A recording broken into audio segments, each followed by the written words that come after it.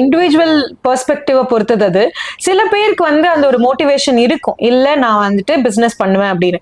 அதுக்காக வேலைக்கு போறவங்க மோட்டிவேட்டட் இல்லைன்னு சொல்ல முடியாது. அவங்களுக்கு அவங்க பண்ற வேலை பிடிச்சு, இல்ல நான் எனக்கு இது கரெக்ட், நான் இது பண்றதுதான் எனக்கு கரெக்ட்னு, இது எல்லாருக்குமே இண்டிவிஜுவலா அவங்கவுங்க வந்து எடுக்கக்கூடிய டிசிஷன் தான்.